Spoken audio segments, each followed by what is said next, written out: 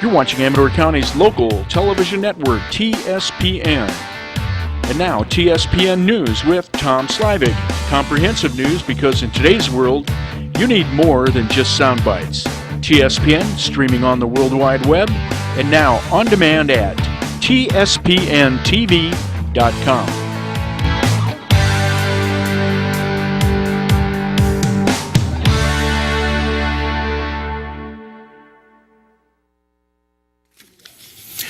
Hi everyone, Tom Slavik, and welcome to TSPN's news for this weekend, Friday, and it's the 20th, and with me is Sherry Curtis. Sherry Curtis is the chairperson for the Upcountry Community Council, and I believe she's probably going to be speaking to us in that capacity. How are you doing, Sherry?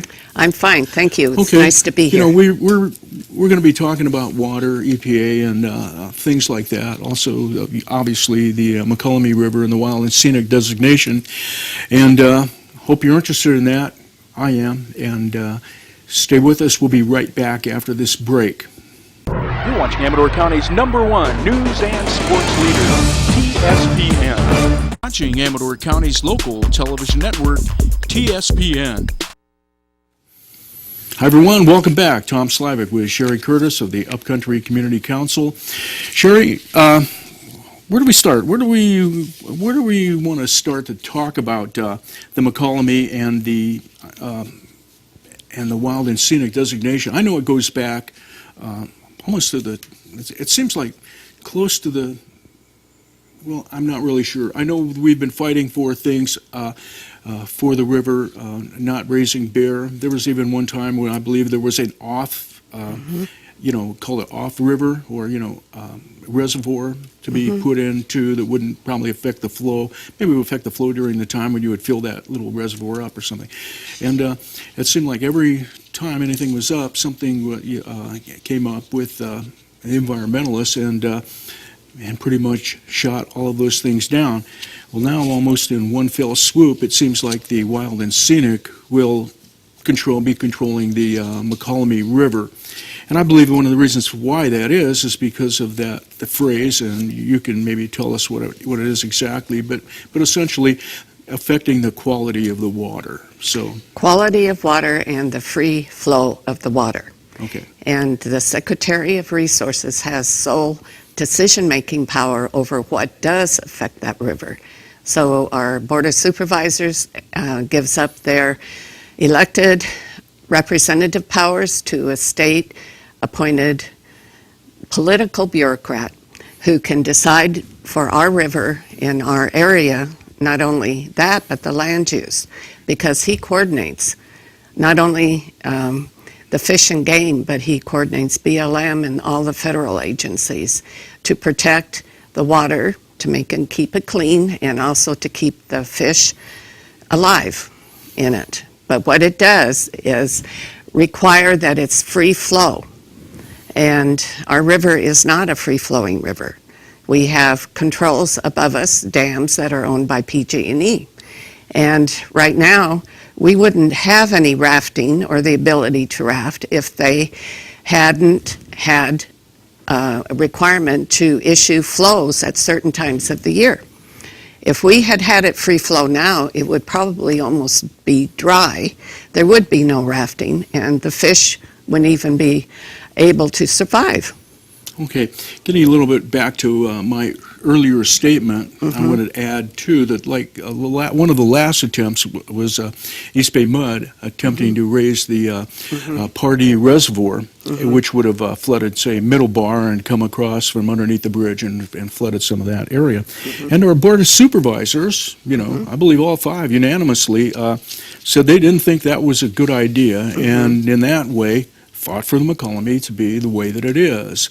So it would seem that the Board of Supervisors and the people that probably elected them are looking out for the river, but they're not trying to tie it up for good, as was the statement from Cicely.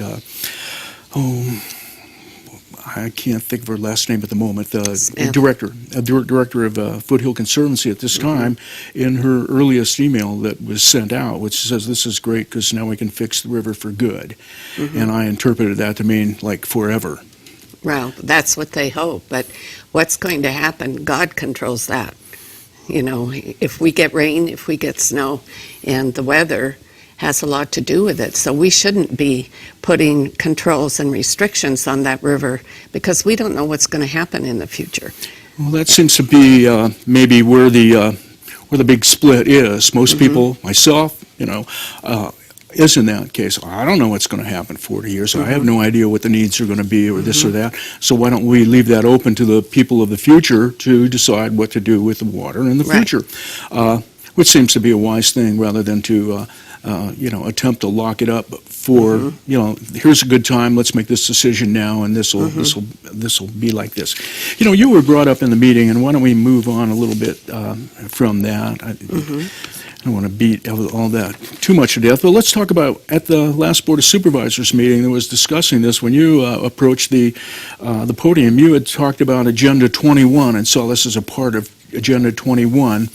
What did you mean by that? I didn't specifically said that, somebody else Oh, did. okay, I'm sorry. But it is a tentacle of Agenda 21. It's one of the main forces, you could say, through the environmental movement is coming down with more and more restrictions through the Environmental Protection Agency at the federal level. What is the final reason for Agenda 21? What's it trying to achieve? I believe that there's very wealthy elitists who want to control our government. There is people who are fighting and strategizing to get us under the UN, under the control. And there's major industrialists that are combining with them. So they have more power and control. And the bottom end is greed and wanting to have more ability to control where the natural resources are going and who gets them. Okay, all right. And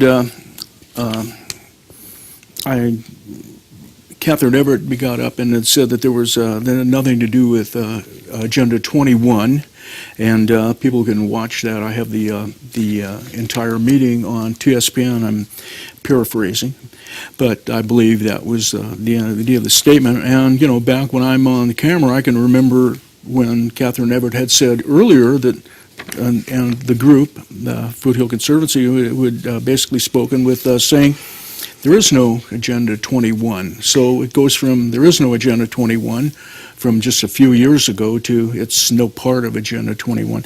I find that interesting. Well, it's interesting because if anybody really wants to research it, all they have to do is type in to Google or one of the search engines, Agenda 21 UN. And you will find that it's right in their documents, their plan. Okay, so in other words, you were trying to say you're not just a conspiracy kook that threw this out of the air. I used to think, it's all a conspiracy as well. And so I said, well, knowing me, I will pull the law, research the laws. And so I pulled it up. Oh my gosh, okay. Let's get a little bit into, because your idea of that you do research things. You've been at almost all of the meetings that have been taking place for the McCollum being designated Wild and Scenic. Tell us some of the meetings you have been at. Well, I've been to the Upper McCollum River Watershed Group. I've been to the CAMRA, which is Calaveras and Amador County, all the water agencies belonging to it. Okay. And the first eye-opener, one of the first meetings, was the Senate hearing. After they did their,